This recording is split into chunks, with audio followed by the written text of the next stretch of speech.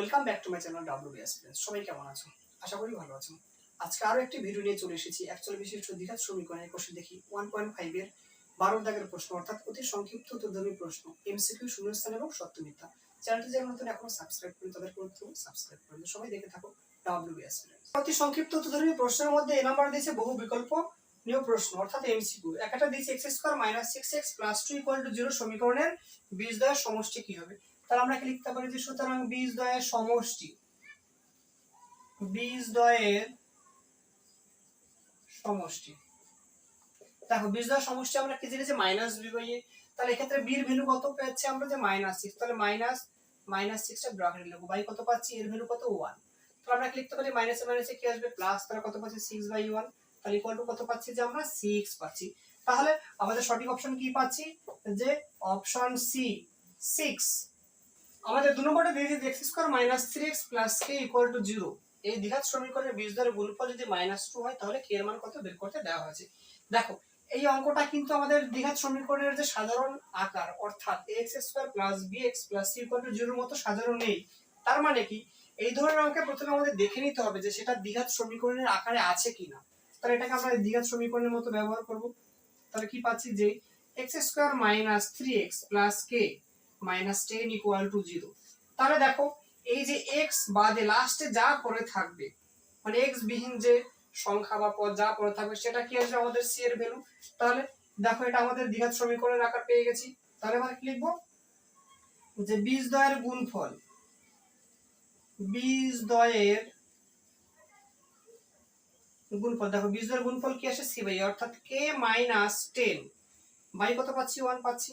তাহলে আমাদের আবার গুণফল -2 বড় আছে, তাহলে আমরা কি লিখতে পারি যে প্রশ্ন মতে কি লিখব যে k - 10/1 = কি পাচ্ছি -2 পাচ্ছি। আমরা কি লিখতে পারি বা k - 10 কোনাকুনি গুণ করলে পাবো যে কি -2। তাহলে কি বলতে পারি যে k = -2 প্লাস কত পাচ্ছি 10 পাচ্ছি। তাহলে আমরা কি বলতে পারি যে বা k = কত পাচ্ছি যে আমরা 8 পাচ্ছি। তাহলে আমাদের সঠিক অপশন কি পাচ্ছি যে অপশন সি পাচ্ছি। তাহলে আমরা উত্তর কি লিখব যে সি 8 আসবে।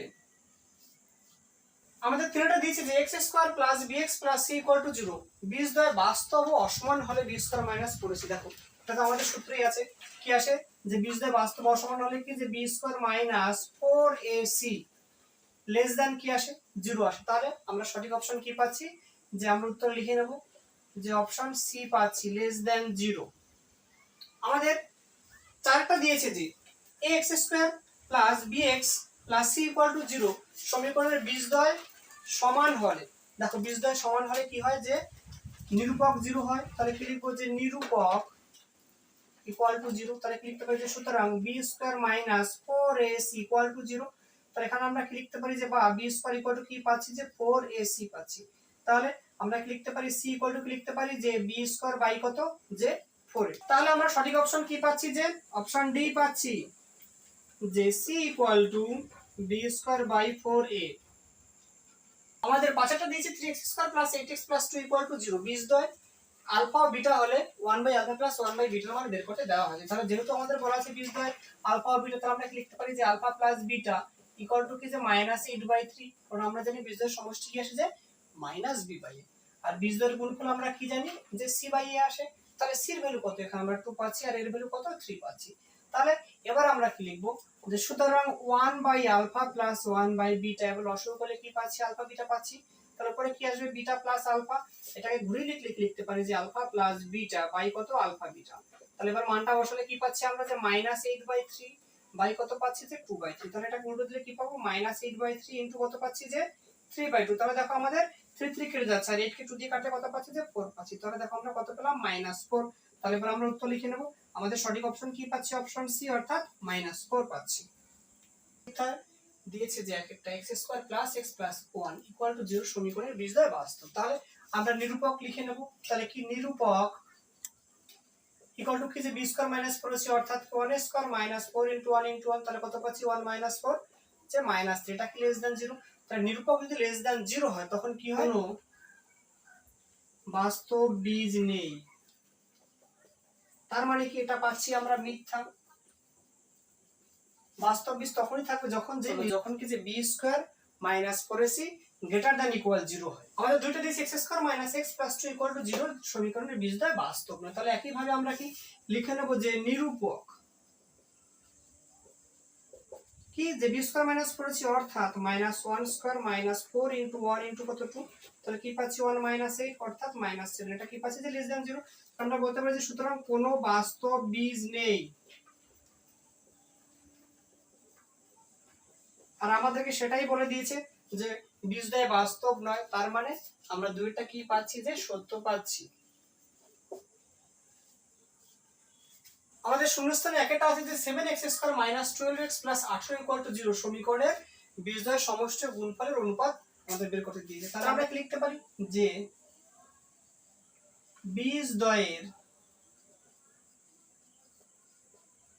সমষ্টি ইকুয়াল টু কি পাবো যে মাইনাস বিবি অর্থাৎ মাইনাস দিয়ে কি মাইনাস 12 বাই কত পাচ্ছি 7 পাচ্ছি। তাহলে কি লিখতে পারি যে 12 বাই 7। আর কি লিখবো যে বীজদ্বয়ের গুণফল, বীজদ্বয়ের গুণফল কি আসবে সি বাই অর্থাৎ কত যে 18 বাই 7 পাচ্ছি। তাহলে আমরা কি লিখতে পারি যে বীজদ্বয়ের সমষ্টি ইস টু বীজদ্বয়ের গুণফল।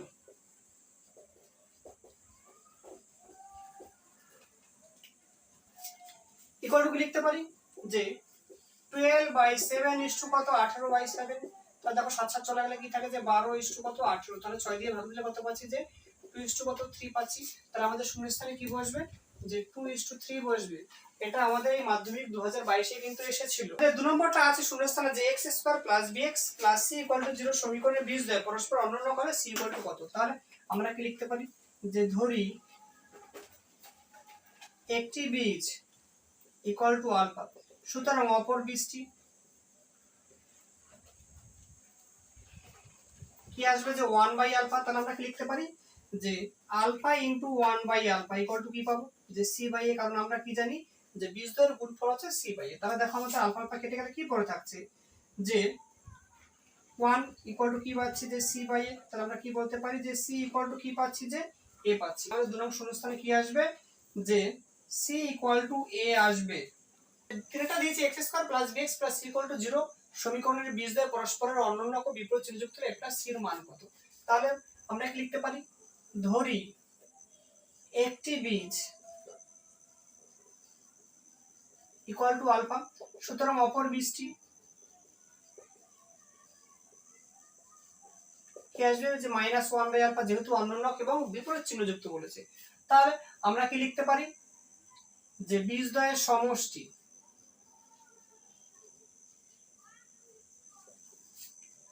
বীজদ্বয়ের সমষ্টির সূত্র কি জানি মাইনাস বি বাই এ। তাহলে আমরা কি লিখবো যে বীজদ্বয়ের গুণফল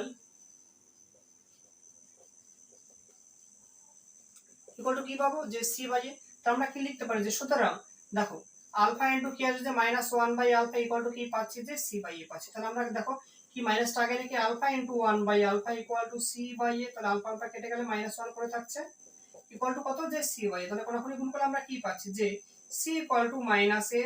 তাহলে কি লিখতে পারি যে C plus A equal to কত 0। তাহলে কি বলতে পারি যে বা A plus C equal to কত 0। তাহলে আমাদের শূন্যস্থানে কি বসবে যে 0 বসবে। ডিয়ার স্টুডেন্ট, যদি ভিডিওটি ভালো লেগে থাকে, হেল্পফুল মনে হয়, তো তোমরা তোমাদের বন্ধুদের মধ্যে শেয়ার করবে। আর তোমাদের যদি অন্য কোনো চ্যাপ্টারের কোনো অঙ্কের অসুবিধা হয় তো আমাকে অবশ্যই জানাবে এবং আমার টেলিগ্রাম চ্যানেলটিতে যুক্ত হয়ে থাকবে। তো সবাই ভালো থাকো, সুস্থ থাকো, দেখা হচ্ছে পরবর্তী